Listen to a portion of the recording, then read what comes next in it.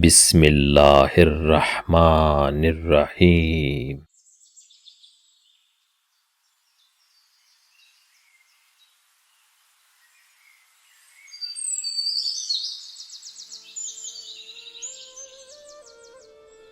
نکاح کرنا انبیاء کرام اور ہمارے پیارے آقا صلی اللہ علیہ وآلہ وسلم کی سنت مبارکہ ہے۔ حضور اکرم صلی اللہ علیہ وآلہ وسلم نے فرمایا، چار چیزیں سنت انبیاء سے ہیں: حیا کرنا، خوشبو لگانا، مسواک کرنا اور نکاح کرنا۔ دو اجنبی شخص ایک دوسرے کے ہمراہ ہم سفر ہو جاتے ہیں، دونوں کی محبت کے چرچے عرش پر ہونے لگتے ہیں، اور یہ کرامت صرف نکاح کے رشتے میں ہے۔ اسلام میں کسی مرد یا عورت کی اجازت کے بغیر نکاح قرار نہیں پا سکتا۔ عورت کے لیے نکاح میں رضامندی کے ساتھ ولی کا ہونا بھی ضروری ہے۔ عورت کا نکاح بغیر ولی کے نہیں ہو سکتا۔ حدیث نبوی صلی اللہ علیہ وآلہ وسلم ہے کہ جو شخص نکاح کی قدرت رکھنے کے باوجود نکاح نہ کرے وہ ہم میں سے نہیں ہے۔ نکاح محبت کی پہلی منزل ہے۔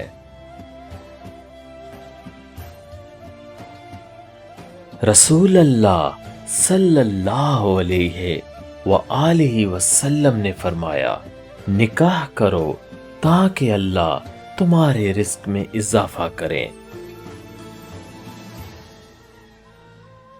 اللہ پاک فرماتا ہے، اگر کوئی فقیر ہے تو نکاح کرے، میں اسے غنی کر دوں گا۔ اللہ نے نکاح میں انسان کے لیے بہت سے دینی اور دنیاوی فائدے رکھے ہیں، مثلا معاشرتی فائدے، خاندانی فائدے، اخلاقی فائدے، سماجی فائدے، نفسیاتی فائدے۔ غرض یہ کہ فائدوں اور خوبیوں کا دوسرا نام نکاح ہے۔ رسول اللہ صلی اللہ علیہ وآلہ وسلم نے فرمایا، شادی کے اندر 1 سال کی عبادت بغیر شادی کے 1000 سال کی عبادت سے بہتر ہے۔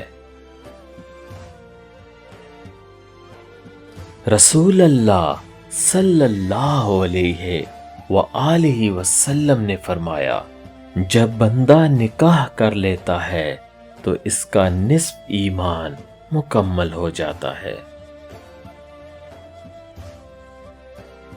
نکاح میں بہت طاقت ہوتی ہے کیونکہ اس میں گواہ سے زیادہ اللہ کی رضا ہوتی ہے۔ اصل محبت تو وہ ہے جو نکاح کے 2 بولوں کے بعد دل کی زمین پر خود بخود اس طرح اگتی ہے جیسے بارش کے بعد ہریالی۔ رسول اللہ صلی اللہ علیہ وآلہ وسلم نے فرمایا، ہم نے 2 محبت کرنے والوں کے لیے نکاح جیسی بہترین اور کوئی چیز نہیں دیکھی۔